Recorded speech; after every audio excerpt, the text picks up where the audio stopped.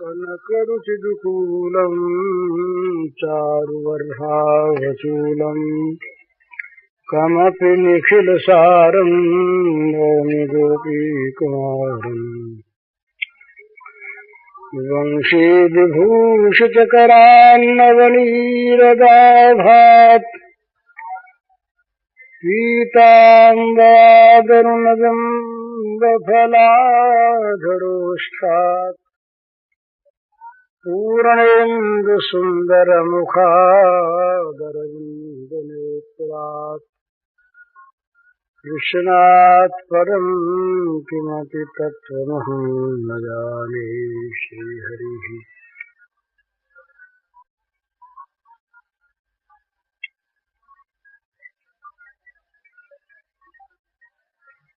दो तीन विषयों पर कहने के लिए कुछ सज्जनों की ओर से भिन्न भिन्न लोगों की ओर से आज्ञा मिली है। उन्हीं में से एक या दो विषयों पर कुछ कह देना है।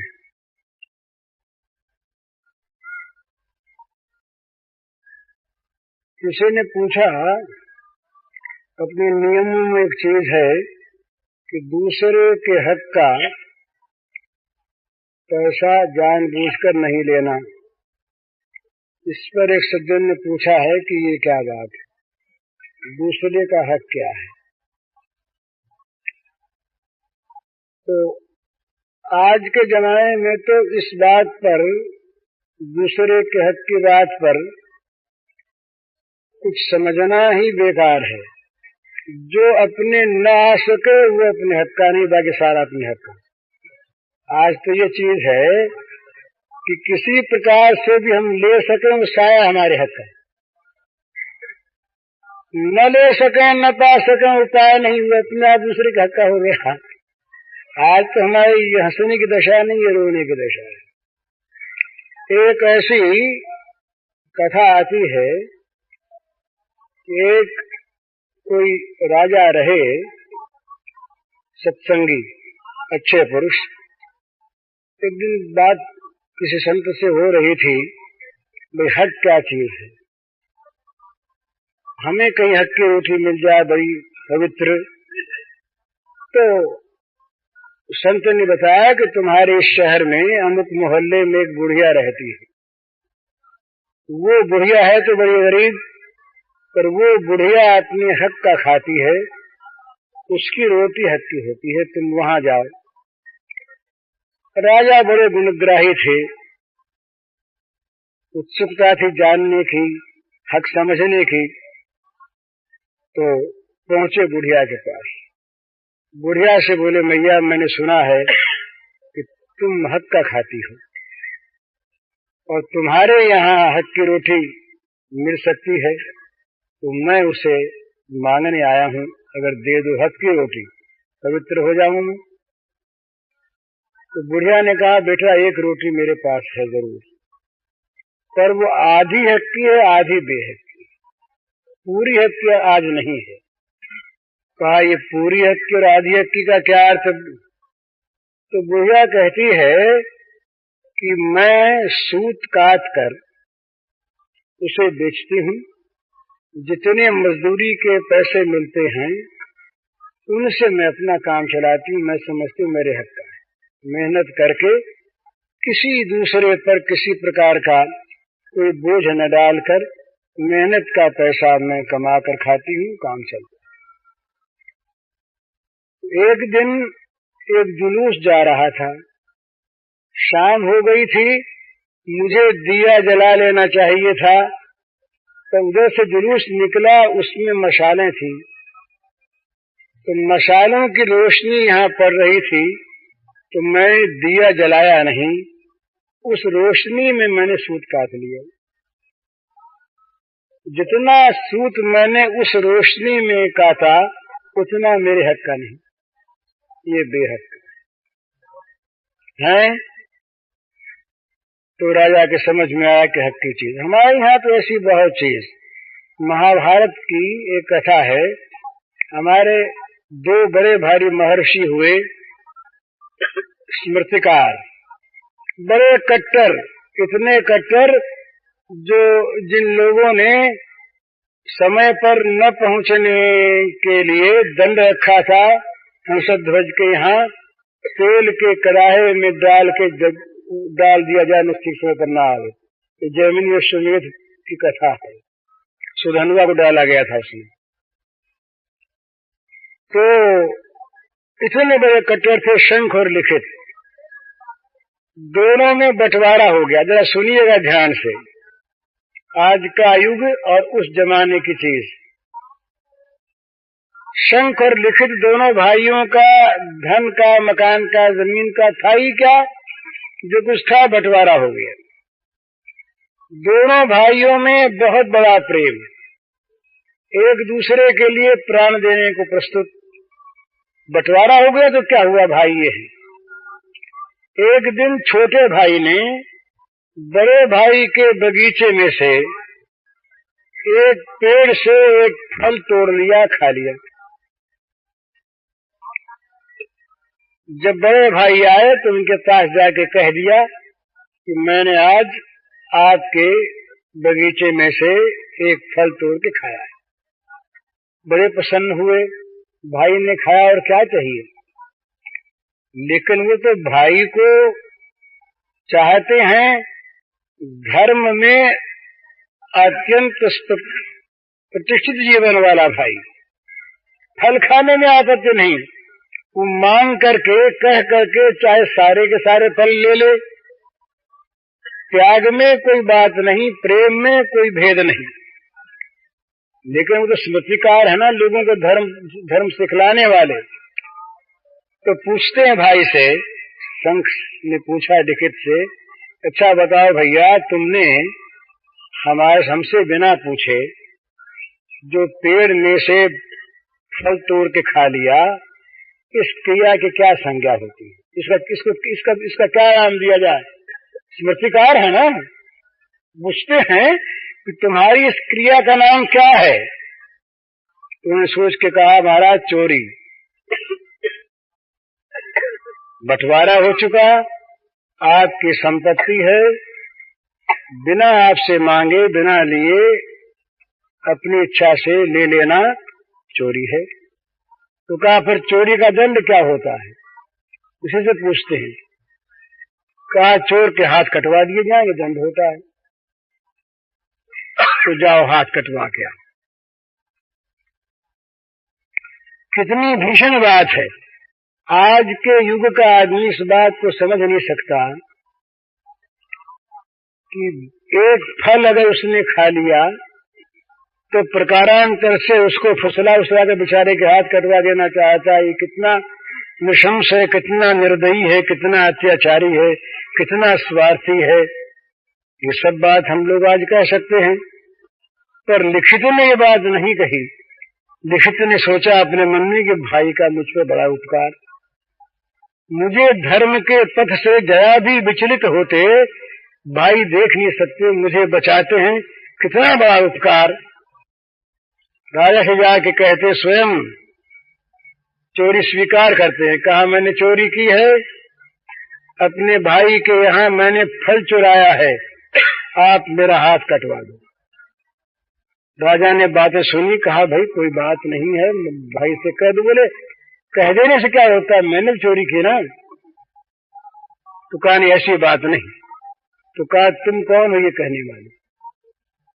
स्मृतिकार हम हैं, कानून बनाने वाले हम हैं, तुम्हारा काम है कानून का पालन करना कराना, तुम अपना काम करो, तुम कानून के बीच मत पड़ो। राजा ने हाथ कटवा दिए।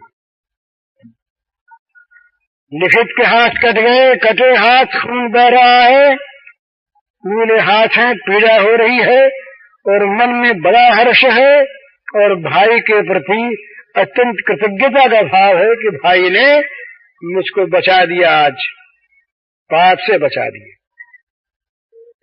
वापिस आ गया भाई, बड़े प्रसन्न, मन में बड़ा दुख हाथ कट गया इसका। अपनी हाथ कटे हैं, लिखित के हाथ कटे, शंख के ही हाथ कटे हैं। बड़ी पीड़ा उनके मन में भाई के है, पर बड़ा संतोष है कि मेरा भाई कितना ये धार्मिक है कि मेरे कहने से इसने अपनी भूल मान ली, भूल इसके सामने आ गई और दंड ले लिया। प्रातः काल हुआ, श्राद्ध था पिताजी का। लिखित ने कहा, शंख ने कहा, जाओ भैया तर्पण करके आओ। भाई की आज्ञा जानते हाथ तो नहीं है, तर्पण कैसे हम, अंजलि दी कैसे जाएगी। गए, नदी पर गए, जो ही नदी में हाथ डाले, हाथ जो के त्यों। ये हक भीष्म के बुद्धि में भ्रम हो गया। कैसे हो गया? एक कथा एक जगह आती है कि महाराज भीष्म पितामह सरसैया पर पड़े हुए धर्मोपदेश कर रहे थे। बड़ी सुंदर सुंदर बातें कह रहे थे। आर्त को किस प्रकार बचाया जाए, कैसे रक्षा की जाए, ये था प्रसंग। द्रौपदी को हंसी आ गई। द्रौपदी को हंसते देखकर भीष्म ने देख लिया। भीष्म ने कहा, बेटी हंसी क्यों? द्रौपदी सकुचा गई, बताना नहीं चाहती। नहीं दादाजी ऐसे ही। तो नहीं भाई, कुल वधुएं जो होती हैं वो बेकार नहीं हंसा करती। ये कुल वधुओं का लक्षण होता है कि वो बिना काम हंसती नहीं। तुम्हारी हंसी में कोई रहस्य बताओ। कहा, दादाजी बात तो है पर संकोच होता, बनी बेटी ने संकोच बताओ। तो मुझे इस बात पे हंसी आ गई आपके उपदेश पर कि आज आप इतना भारी उपदेश कर रहे हैं, तो जिस समय मेरी साड़ी खींची जा रही थी और मैं रो रही थी, दादाजी मुझे बचाओ, दादाजी बचाओ, उस समय ये ज्ञान कहाँ गया था? मैं समझती हूँ कि आपने पीछे सीखा। मुझे आपके इस ज्ञान को देखकर हंसी आई। भीष्म के आंखों में आंसू आ गए। भीष्म ने कहा, बेटी तुम सच कहती हो, उस समय मुझ में ये ज्ञान नहीं था, पर मैंने पीछे सीखा, उससे बात नहीं है। जानता पहले था, पर दुर्योधन का अन्न खा रहा था। वो अन्न बेहद का अन्न था, अन्यायोपार्जित था। पांडवों के स्वत्व को छीन कर उसने अपना आधिपत्य किया था। वो बेहद का अन्न था, उसने मेरी बुद्धि दबा दी थी। अब वो इस रण में उसका बना हुआ सारा खून निकल गया, बह गया, अंतःकरण पवित्र हो गया, ज्ञान फिर जाग उठा। अब मैं तुमसे कहता, ये हक की बात। किसी का भी किसी प्रकार से भी अपने पास हक आ जाए तो ये मानते थे पहले जमाने के लोग कि ये घर में विष आ गया। ये आज तो हम अपने को उन्नत मानते हैं, और यही दुर्दशा इसलिए है हमारी कि बुद्धि हमारी तमसाच्छन्न हो गई है। सर्वार्थान विपरीतांश्च बुद्धि सा पार्थ तामसी। भगवान ने कहा कि उल्टी बुद्धि होती है, तमसाच्छन्न बुद्धि होती है, तब सब कुछ उल्टा दिखता है। तो आज हम गिर तो रहे हैं, हमारा नैतिक पतन हो रहा है, पर आज का समाज, आज का नेता, आज का अग्रगण्य पुरुष कहता है कि हम उन्नत हो रहे हैं, हमारी उन्नति हो रही है, उत्थान हो रहा है। ये तो हक वाले की बात। तो जहां तक बने जानबूझकर दूसरे के हक का कोई पदार्थ भी नहीं लेना चाहिए। ये उनके प्रश्न का उत्तर है। दूसरी बात, वो जरा और ढंग की बात, बिल्कुल इससे विपरीत है। कल या परसों मैंने कहा था कि भाई विशुद्ध प्रेम के राज्य में सुख भोग, अपना सुख भोग भी प्रेमास्पद के सुख के लिए होगा। इसी पर आज एक सज्जन ने मुझको लिख कर दिया कि ये बात ठीक समझ में नहीं आई, फिर से बताओ। तो उस दिन बता तो दी थी, लेकिन संक्षेप में फिर से कह दी जाती है। जैसे एक कोमल बिछौने पर हम सो रहे हैं, बड़ा सुंदर मखमली बिछौना है और उससे हमारे त्वगिंद्रिय को बड़ा सुख मालूम हो रहा है, बड़ी मुलायम चीज है, अच्छा लग रहा है, उसमें सुख की अनुभूति होती है। बहुत ख्याल करके देखिएगा, सुख की अनुभूति होती है। हमारी जो ये त्वक है, चमड़ी है, इसके साथ स्पर्श हो रहा है कोमल गद्दे का, उससे सुख हमको मिल रहा है। पर उस प्रेमी के चित्त की विचित्र दशा है कि उस सुख भोग के समय भी उसका मन उस सुख भोग में नहीं रहता। वो उस समय देखता है अपने प्रेमास्पद के चित्त की ओर, उनके मुख की ओर, कि मेरे सुख भोग में उनको सुख है क्या। तो उनको सुख यदि नहीं है तो ये सुख भोग उसके लिए कोई वस्तु नहीं, त्याग देगा। ये दुख में तो आदमी इस बात को समझ लेता है कि भगवान दुख देते हमारे कल्याण के लिए, उनको सुख होता है तो हम दुख को सुख मान के भोग लें। पर सुख को सुख न मान के भोग है, ये बड़ी विचित्र चीज है, ये समझ में आनी बड़ी मुश्किल है। हमें सुख प्राप्त हो रहा, हम खा रहे हैं, हमारे जीभ के द्वारा हमें स्वाद प्राप्त हो रहा है, तो स्वाद सुख का ग्रहण वो प्रेमी तभी करता है जब उस स्वाद सुख से उस प्रेमास्पद को सुखी होता देखता है, जानता है, अनुभव करता है, वो तो पहचान लेता है। प्रेमी जो है, ये अभी हम लोग प्रेमी नहीं है ना, हम लोगों को प्रेम राज्य की बातों का पता नहीं, तो सुनी सुनाई मैं कहता हूँ। इसलिए वो पूरी बात तो तब आवे कि जब वो स्वयं उसके साथ घटे। प्रेम का लक्षण बताया है नारद जी ने, मूका स्वादनवत। प्रेम का कैसा स्वाद है, उसमें क्या सुख है, कैसा है वो, तो कहा गूंगे के स्वाद की तरह है। गूंगा जिस प्रकार से कह ही सकता, अनुभव करता है, जीभ से चखता है, स्वाद का अनुभव करता है, कह तो हम भी नहीं सकते, क्योंकि जिह्वा के द्वारा जिस रस की अनुभूति होती है, उस रस का वर्णन करने के लिए न शब्द है और न जीभ में शक्ति है। मिश्री खाते हैं, गुलकंद खाते हैं, चीनी खाते हैं, शहद चखते हैं, अब इनमें सब में मिठास है, कहेंगे भाई बड़ा मीठा था, उससे ये अच्छा, हमें तो ये अच्छा लगा।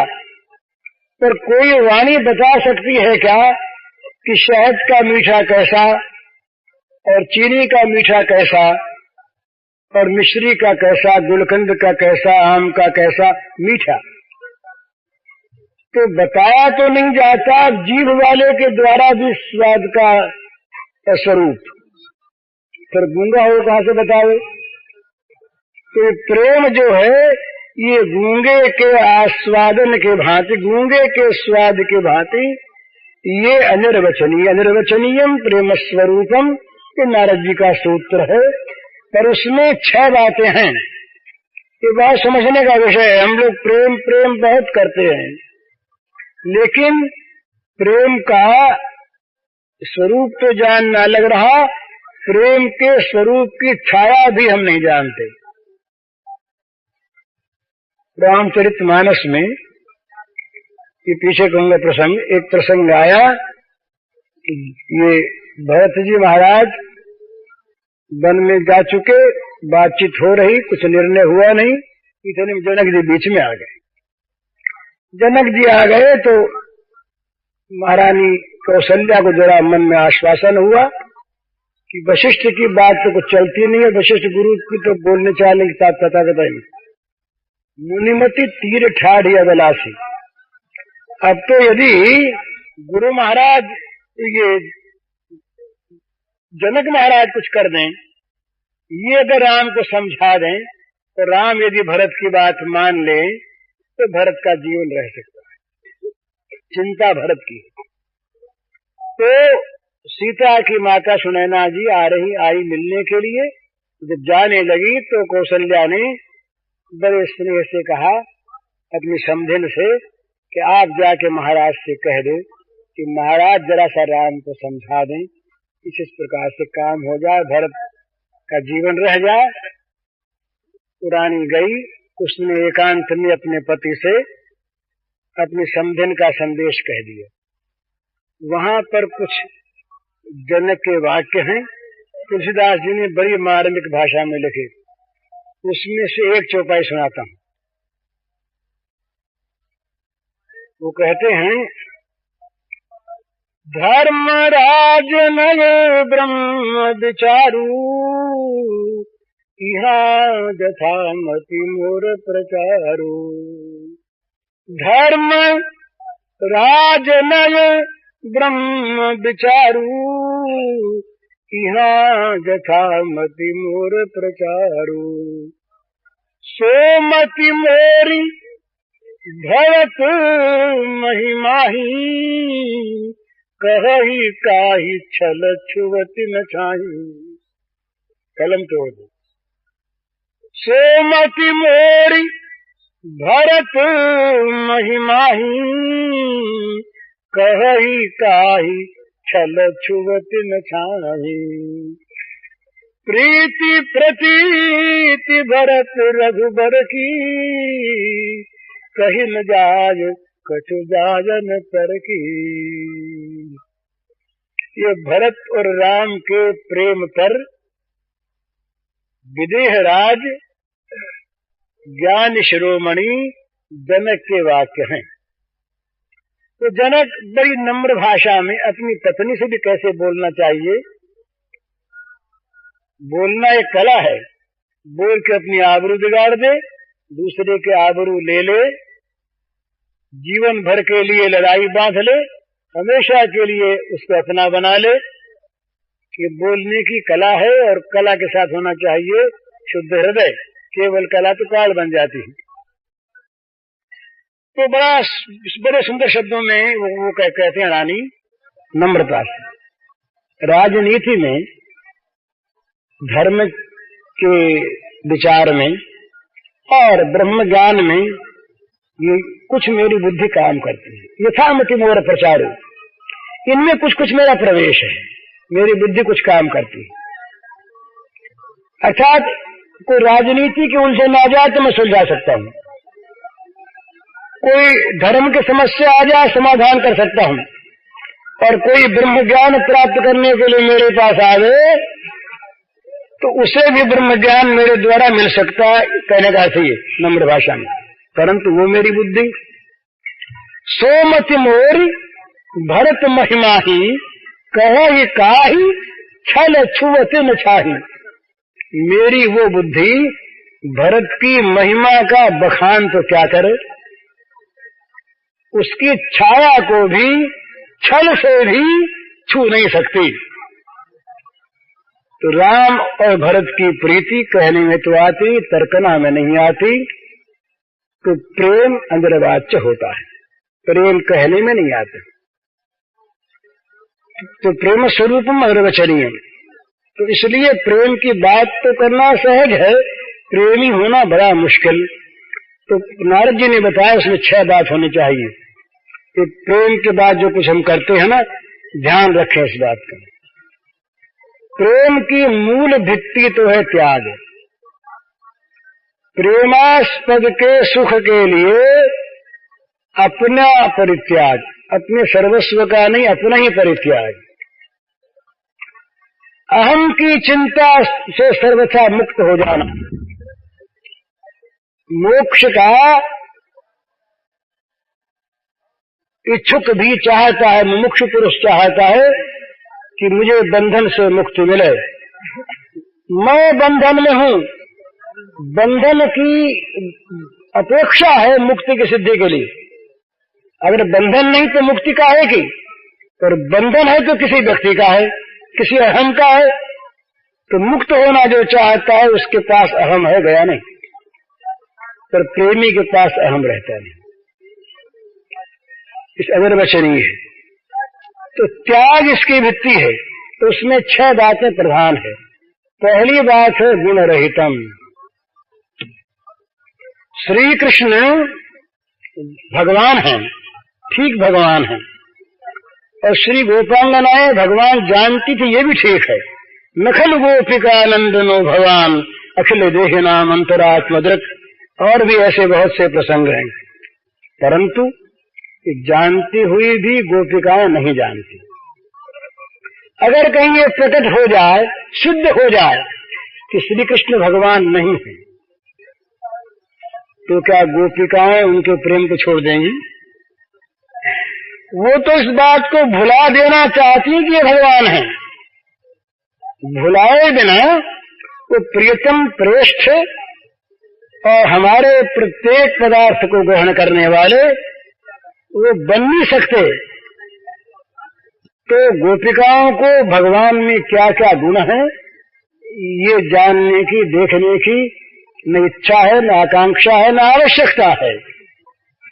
वो तो बस श्री कृष्ण हैं। क्या है? हमारे हैं। बस अच्छे हैं, बुरे हैं, गुण हैं, गुणवान हैं, गुणहीन हैं, ईश्वर हैं, अनीश्वर हैं, राजा हैं, अहीर के बालक हैं, कोई बात नहीं, हमारे प्रियतम हैं। बस गुण रहितम। जहां गुण देखकर प्रेम होता है ना, वो प्रेम सहज नहीं, वो प्रेम अहेतुक नहीं। वो तो गुण के हेतु से अगर गुण न दिखा तो प्रेम गया। वो प्रेम तो गुण की पूजा करता है, प्रेमास्पद की नहीं करता। 1000 दोष करके प्रेमास्पद आ जाए। एक बड़ी सुंदर मुझे बात याद आ गई बीच में, ये पतिव्रता स्त्रियों के काम की बात है। वो प्रसंग दूसरा था बड़ा उत्तम। स्वामी श्रद्धानंद का नाम आप जानते होंगे। श्रद्धानंद जो पहले महात्मा मुंशी राम थे, गुरुकुल के प्रतिष्ठाता, जिनको एक मुसलमान ने गोली से मारा था। उन्होंने अपनी जीवनी में लिखा है महाराज, संक्षेप में कहता हूँ। उनके पिता सब इंस्पेक्टर थे पुलिस बनारस। ये वहां रहते, नौजवान, विवाह हो गया, शराबी थे। खुद लिखा है। किसी दुराचार के स्थान से लौट करके शराब पी करके आए। पत्नी आई हुई थी, बहुत दिन के नहीं, विवाह के कुछ दिन बाद ही। ये आए बेहोश। बेहोश आते ही उनको उल्टी होने लगी। उसने अपने हाथ सामने कर दिए, फिर आंचल सामने कर दी, उल्टी कराई। सब कपड़े खराब हो गए, उनको धोया, धोकर दूसरे कपड़े पहना दिए और सिर पर पट्टी वट्टी रखी। वो बकते रहे, बकते बकते सो गए। ये पैर दबाती बैठी, सिर दबाती बैठे थे। 2 बजे नशा उतरा। मुंशीराम लिखते हैं, 2 बजे नशा उतरा। देखते हैं कि वो लड़की उसी प्रकार बैठी हुई चरण दबा रही, हवा कर। मुंशीराम ने पूछा, तुम कब से बैठी हो? बोली नहीं। बोला, बताओ कब से बैठी हो? जब से आप आए थे। पूछी नहीं? बोले नहीं। तुम्हें मेरे मुंह में गंध नहीं आई? तो कहा आ रही थी। तो कहा मैं बड़ा दुराचारी हूं, तो कहती मेरे सामने ये बात मत कहो, आप कैसे भी हो, मेरी माँ ने मुझे सिखाया है और रामचरितमानस ने मुझे सिखाया है कि पति कैसा ही हो, पति पति ही है बस। मुंशी राम कहते कि मैं पलट गया उस दिन से, मेरा शराब छूट गया, मेरी बुराई छूट गई, और उसी का फल है कि मैं महात्मा बन गया। गुण रहितम, गुण रहितम आश्लिष्यताम पादरताम पिनष्टुमान अदर्शनान मर्महताम करोतु वा यथा तथा वा विदधातुलम पटो मत प्राणनाथस्तु सएव नापरः। चैतन्य महाप्रभु इस प्रेम राज्य में प्रेमिक प्रेमिका क्या चाहती है इसका चित्र खींचते हैं। उन्होंने 8 श्लोक कहे जीवन में, शिक्षा अष्टक, उसी का ही साक्षात 7वां श्लोक है। वो कहते हैं बड़ी सुंदर चीज, वो कहते हैं कि मेरे प्राणनाथ चाहे मुझे हृदय से लगा ले, चाहे ठोकर मार के गिरा दें, तो चाहे दर्शन न देकर मुझे सदा सदा मरम पीड़ा पहुंचाते रहे, वो लंपट कुछ भी करे, तो मेरा प्राणनाथ तो वही है, दूसरा कोई नहीं। गुण रहितम, जहां गुण देखकर प्रेम होता है, धन देखकर प्रेम होता है, विद्या देखकर प्रेम होता है, कुल देखकर प्रेम होता है, वो प्रेम तो उन वस्तुओं को लेकर के है, वो प्रेम आत्मा की प्रीति नहीं है। तो प्रेम गुण नहीं देखता, एक बात ये सब ध्यान रखिएगा। दूसरी बात कामना रहितम, जिस प्रेम में कामना है, जिस प्रेम में बदला पाने की जरा भी इच्छा है, जिस प्रेम में निज सुख की वांछा है, जो प्रेम परलोक और मोक्ष का हेतु है, वो प्रेम इन प्रेमियों की भाषा में प्रेम नहीं है। वो तो कामना से कलंकित प्रेम के नाम को दूषित करने वाला भाव है, जो है काम और नाम उसका प्रेम हो गया। नाम चाहे काम हो, प्रेमैव गोपरामानाम कामित्यगमत प्रथाम, गोपरामाओं के प्रेम का नाम काम है, लेकिन उसमें कामना नहीं, कामना रहित काम, यही गोपियों का प्रेम।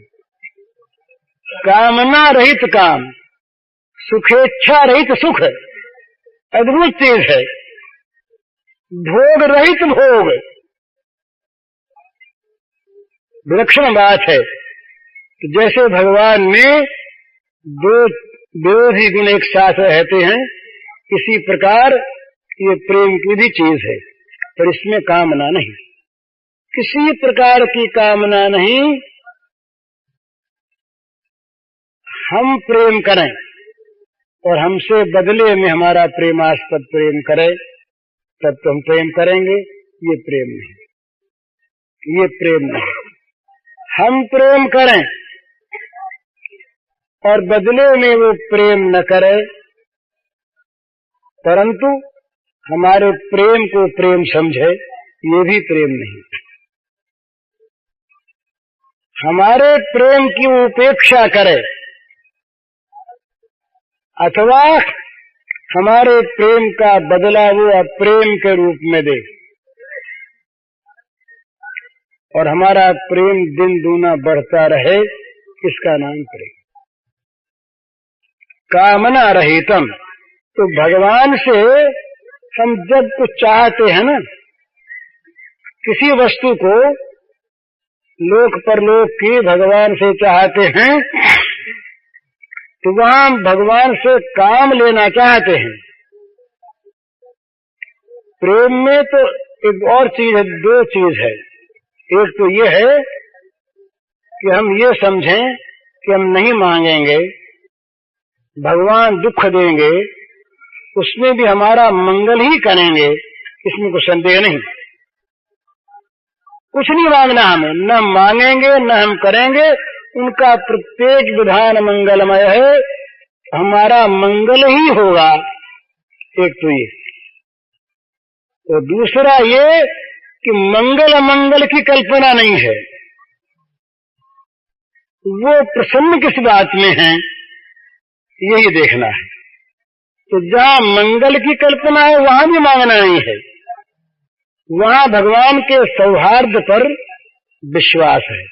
हम तो जब बहुत आगे बढ़ते हैं, बड़े आस्तिक बनते हैं ना हम लोग, तब कहीं कहीं भगवान की शक्ति पर विश्वास करते हैं, बुद्धि पर नहीं करते, सौहार्द पर तो करते नहीं।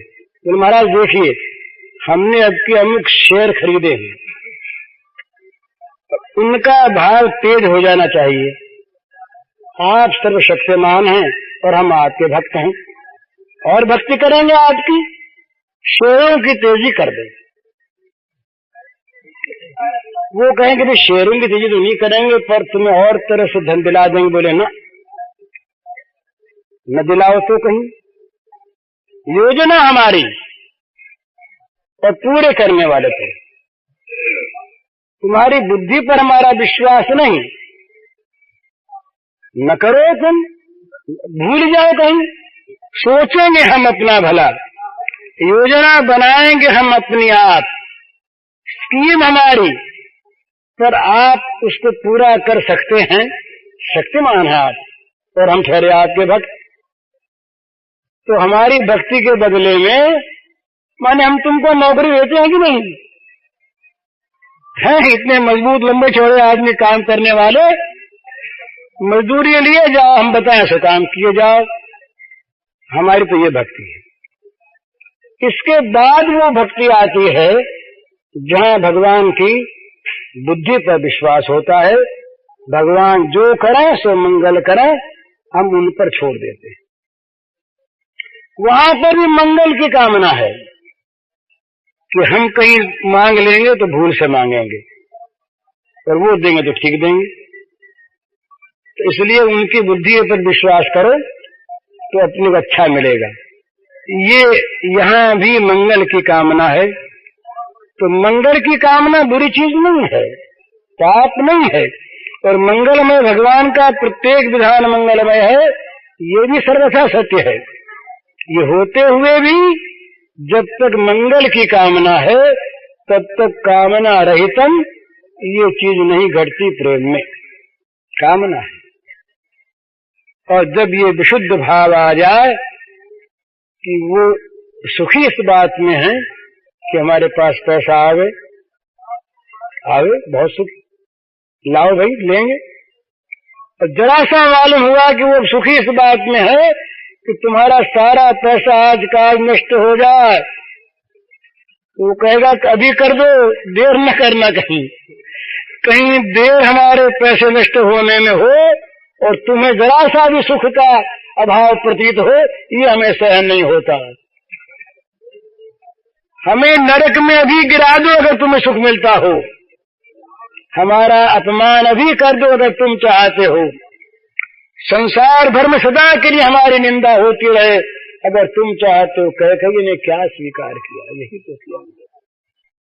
एकांत में बातचीत हुई कैकेयी से, भगवान ने कहा मैया देखो तो सही है, सब हम ही ने किया है। कहा बेटा औरों के साथ मत करना ऐसा बड़ी कठिन चीज है। तुमने ठीक पाते तो हमको चुना और हमने निभाया भी, परंतु अमर कलंक इतिहास में रह रहे कैकेयी का, ऋषि भी गाली दें, मुनि भी गाली दें, घर वाले भी गाली दे, बेटा भी गाली दे, हैं घर वाले सब नाराज रहें, और उस कलंक को चुपचाप सहते रहे, वो राम का मिशन पूरा हो जाए, राम के अवतार का कार्य सुसंपन्न हो जाए। कितनी बड़ी चीज। इस अवस्था में भी मन पर म्लानता न आवे, प्रसन्नता हो कि मेरे राम का काम हो रहा है, मेरा भगवान मेरी निंदा से प्रसन्न है, मेरा भगवान मेरी मृत्यु से प्रसन्न है, मेरा भगवान मेरे बिछोह से प्रसन्न है। अलग रहने में बड़ा दुख है प्रेमी को प्रेमास्पद से, पर यदि प्रेमास्पद चाहता अलग रहे तो वो दुख उसके लिए परम सुख के रूप में परिणत हो जाता है। मानता नहीं भाई क्या उसको सुख है तो अपने सुखे मान लो, ऐसा नहीं। जहां ये मानना है वहां तो कृत्रिमता है। इस प्रकार की उसे अनुभूति होती है, वो जब दुख पाता है तब जब भगवान को हंसता देखता है तो हंसने लगता है, अपने दुख को भूल जाता है। ऐसे लोगों को हमने देखा है, दो एक को बड़ी विपत्ति जब उन पर आई, बड़ी विपत्ति, उस समय हमने उनको हंसते पाया और ये कहते पाया मन से कि इसमें हमारे भगवान राजी हैं। विलक्षणवाद तो कामना रहितम, ये दूसरी चीज, गुण रहितम कामना रहितम। हम तो जरा सी बात में नाराज हो जाए भगवान पर, लड़के का सिर दुखने लगे और ना अच्छा हो और भगवान की माला हमने फेर ली हो, कि भगवान का काम था ना, हमने माला फेरी, क्यों अच्छा नहीं किया सिर इसका, और नहीं किया तो भगवान कैसे। हमारे पास एक पत्र आया अभी कि उसकी कोई 1.25 साल की लड़की मर गई है। उसने कहा हम भगवान की माला फेरते थे, नाम जपते थे, हमारी लड़की मर गई, लड़की को न बचा सके, कैसे भगवान। नहीं मानते मैं सब भगवान, तो मत मानो भाई, तुम्हारे एक के न मानने से भगवान तो मिटेंगे नहीं, न मानो। पर ये हमारी दशा ऐसी ही है, हम तो भगवान से प्रत्येक वस्तु का बदला चाहते अभी और अधिक से अधिक। न दे भगवान तो भगवान हमारी दृष्टि में भगवान नहीं, ये भक्ति नहीं, ये प्रेम नहीं, ये श्रद्धा नहीं। तो प्रेम में कामना रहितम, ये दूसरी बात। तीसरी बात अविच्छिन्नम। प्रेम जो है ना, प्रेम का कभी तार नहीं टूटता, तैल धारावत। जो प्रेम बीच में टूट जाए, घट जाए, मिट जाए, हट जाए, रुक जाए, वो प्रेम प्रेम नहीं, उसमें कहीं न कहीं किसी न किसी गुण की कामना की कालिमा लगी है, नहीं तो रुकता नहीं। अविच्छिन्नम। चौथी बात सूक्ष्मतरम। वो छलकता है ना ऊपर ऊपर बहुत, उसमें बहुत दफे दम्भ होता है, धोखा होता है। ये तो अंदर की चीज है, कभी कभी आ जाता है बाहर प्रकाशते को आप पात्र, कभी कभी होता है, लेकिन प्रेम जो है वो सूक्ष्मतर है, सूक्ष्म भी नहीं सूक्ष्मतर है, बड़ी महीन चीज है, वो वाणी में नहीं आता, क्रिया में भी कम आता है। क्रिया में जो आता है वो तो दिखाऊ हो जाता है, दिखाऊ, इसीलिए वो प्रेम फिर प्रेम नहीं रहता, अंदर रहता है, छिपा रहता है। प्रेम ये हृदय का गुप्त धन है, भला ये बिखेरने का नहीं है, ये तो गुप्त रूप से बना रहे और बना रहे, ये बढ़ता रहता है। वो सीता जी ने पूछा हनुमान जी से कि मेरे लिए कुछ संदेश सरकार ने कहा, बोले हाँ कहा। क्या कहा? तो तत्व प्रेम कर मम अरु तोरा, जानत प्रिया एक मन मोरा। जानत मोरा एक मन, तत्व प्रेम कर मम अरु तोरा, जानत प्रिया एक मन मोरा। सो मन रहत सदा तोहि पाही, जानहि प्रीति रीति यही माही। एक चौपाई में तत्व सारा प्रेम था।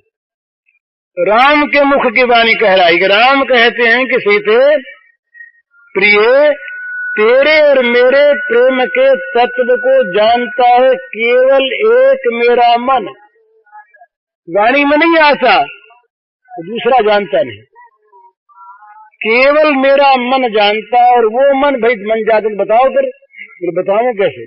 सो मन रहत सदा तुझ पाही, वो मेरा मन निरंतर रहता है तेरे पास। इतने में जान ले प्रेम क्या है। तो सूक्ष्मतरम पांचवा है अनुभव रूपम। प्रेम अनुभूति की वस्तु है, प्रेम कहने की वस्तु नहीं। प्रेम का जीवन में अनुभव प्राप्त होता है। और छठी बात ऐसी कही, प्रतिक्षण वर्धमानम, क्षण क्षण में जो बढ़ता है। प्रेम अनंत है। ज्ञान जो है ना, ज्ञान अपनी प्राप्ति करा के कह देता कुछ नहीं, कोई काम नहीं, कोई वस्तु नहीं, तो से कार्यम न वेद्यते, अंत। पर प्रेम कहता है कि कहीं अंत ही नहीं। प्रेम अनंत है, असीम है। जितना जितना ये बढ़े उतना बढ़ती रहता, कभी इसकी सीमा आती नहीं, कभी इसका अंत आता ही नहीं। प्रतिक्षण वर्धमानम। तो ये 6 बातें प्रेम में होनी चाहिए, तब वो प्रेम प्रेम होता है। इनमें जितना जितना जिस जिसका विकास होता है, उतना उतना ही प्रेम में पवित्रता आती है। तो इसीलिए जहाँ ये बातें हैं, वहाँ निज सुख भोग, आत्म सुखेच्छा, प्रियतम से कुछ पाने की इच्छा, प्रियतम के द्वारा सुख की इच्छा, ये होती नहीं।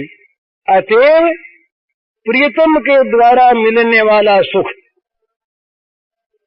इसीलिए स्वीकार किया जाता है कि वो प्रियतम को सुख देने वाला, प्रियतम के द्वारा मिलने वाला सुख इसीलिए स्वीकार होता है कि उससे प्रियतम को सुख होता है, नहीं तो सुख की कोई कल्पना नहीं। तो जिस सुख में, जिस अपने सुख में अपना सुख नहीं, प्रियतम का सुख, वो सुख प्रेम का सुख। और जिस अपने सुख में प्रियतम का सुख हो, चाहे न हो अपना सुख, वो भोग सुख। यही भोग का और प्रेम का अंतर। चैतन्य चरितामृत में निजेंद्रिय प्रीति इच्छा तार नाम काम, कृष्ण सुख इच्छा धरे प्रेमना। ये प्यार है बंगला में कि अपने इंद्रियों को तृप्त करने की इच्छा जहाँ श्री कृष्ण से है, उसका नाम है काम। चाहे वो इच्छा करने वाले ऊंचे से ऊंचे महात्मा माने जाते हैं, कोई हर्ज नहीं, महात्मा हो, चाहे होंगे महात्मा, हो महात्मा और होते हैं और प्रेमी और होते हैं। भला ये महात्मा पर आक्षेप कोई नहीं है। प्रेमी महात्मा नहीं बनना चाहते, प्रेमी को महात्मा बनने की आकांक्षा नहीं, आवश्यकता नहीं। वो तो अपने को प्रेमी नहीं कहता, वो तो प्रेमास्पद के सुख पहुंचाने की का एक यंत्र मात्र है। प्रेमास्पद उसके द्वारा सुख प्राप्त करते रहे।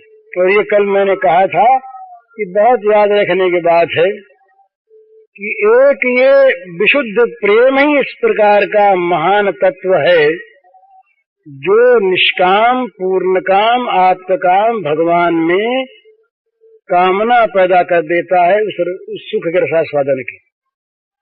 वास्तविक कामना, खेल नहीं, दंभ भी नहीं। दंभ तो होता ही नहीं भगवान में।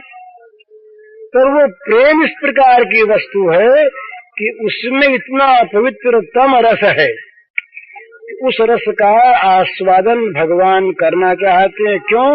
उन प्रेमियों को कराने के लिए। तो इसलिए ये प्रेम में सबसे ऊंची चीज है भोग सुख का सर्वथा अभाव और भगवान के सुख का सर्वथा अभाव। भगवान के सुख की इच्छा ही प्रेमी का स्वरूप, प्रेमी का स्वभाव, प्रेमी का जीवन, प्रेमी का सब कुछ।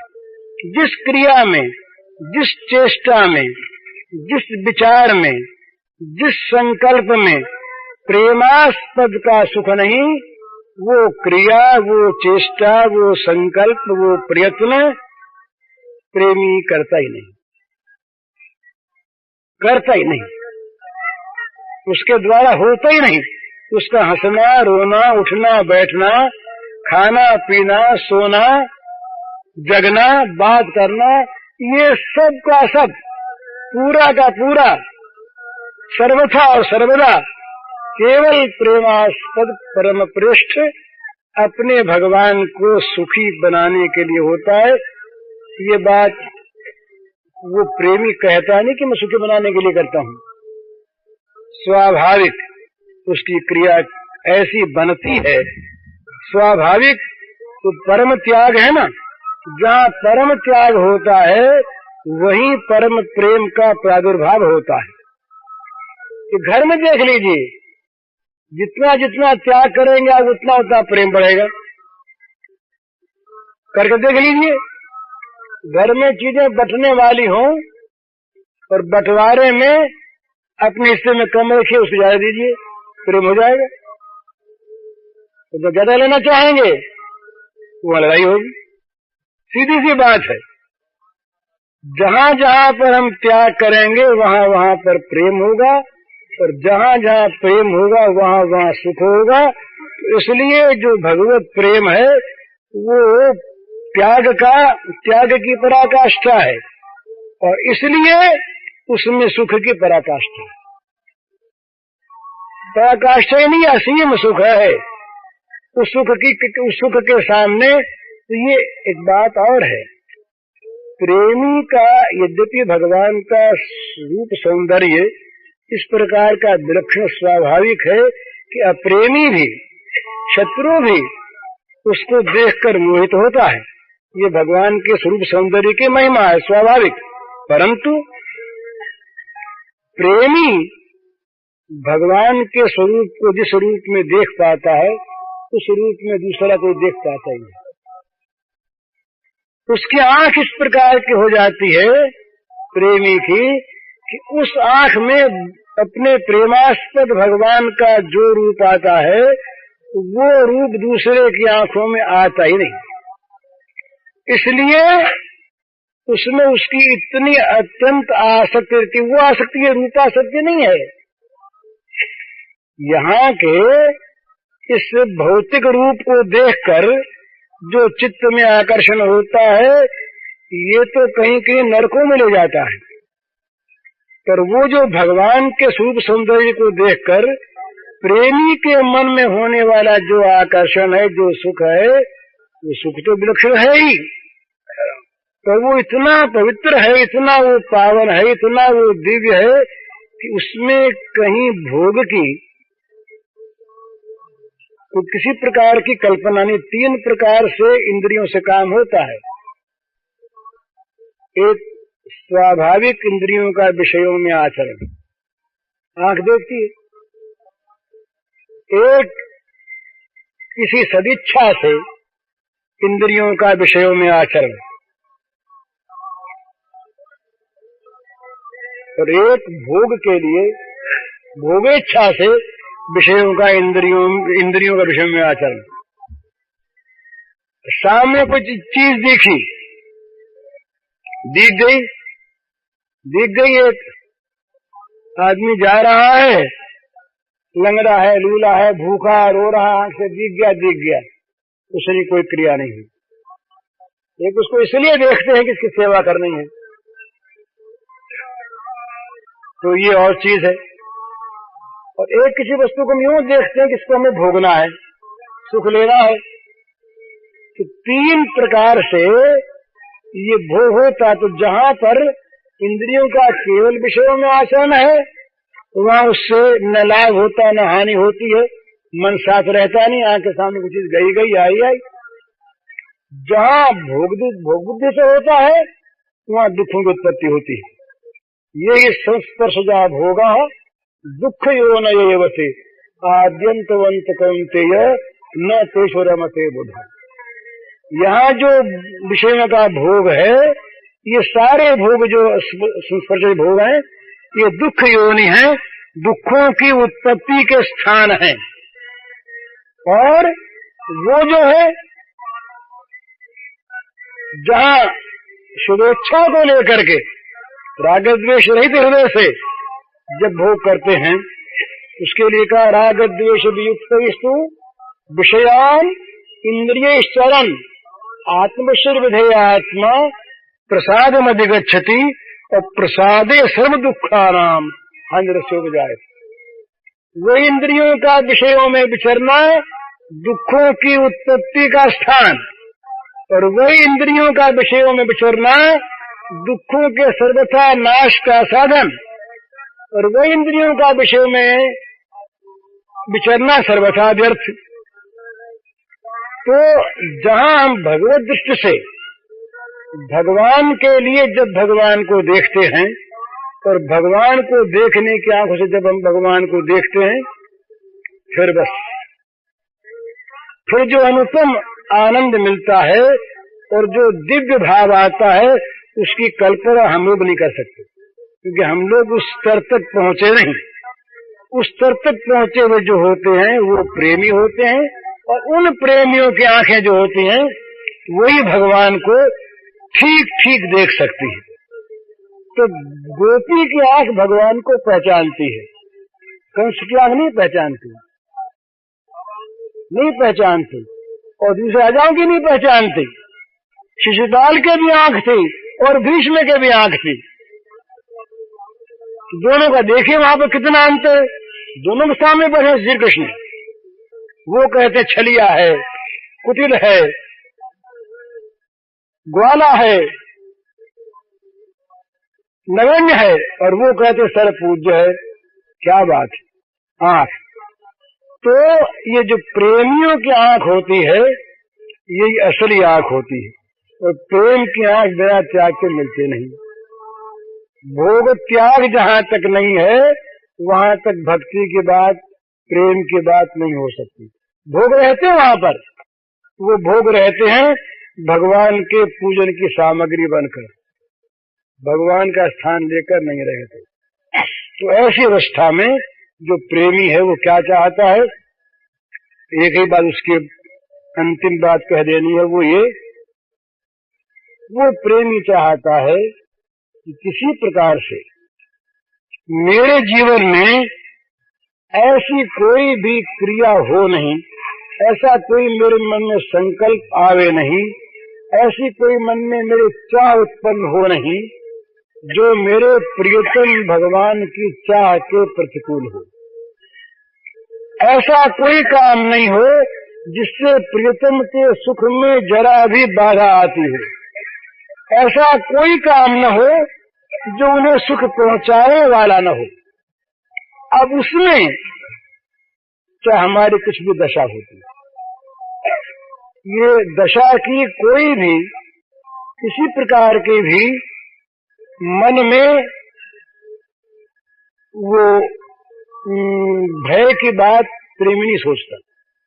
कुछ भी दशा हो जाए कोई परवाह नहीं, पर मेरी प्रत्येक दशा मेरे प्रियतम को सुख पहुंचाने वाली हो। तो यहाँ हम लोग जितने बैठे हैं और जो प्रेम की चर्चा बहुत करना चाहते, सुनना चाहते हैं, उन हम लोगों को, मुझको भी, आप लोगों को भी, सबसे पहले एक बात जान लेनी चाहिए कि भाई जिसको इस प्रेम राज्य में आना है उसको अपना सब कुछ नष्ट कर देने के लिए पहले तैयार हो जाना चाहिए। हरिओम तत्सत। पूज्य श्री भाई जी के इस प्रवचन का शीर्षक है प्रेमी बनने के अमोघ उपाय, और इसका कैसेट संख्या है 19।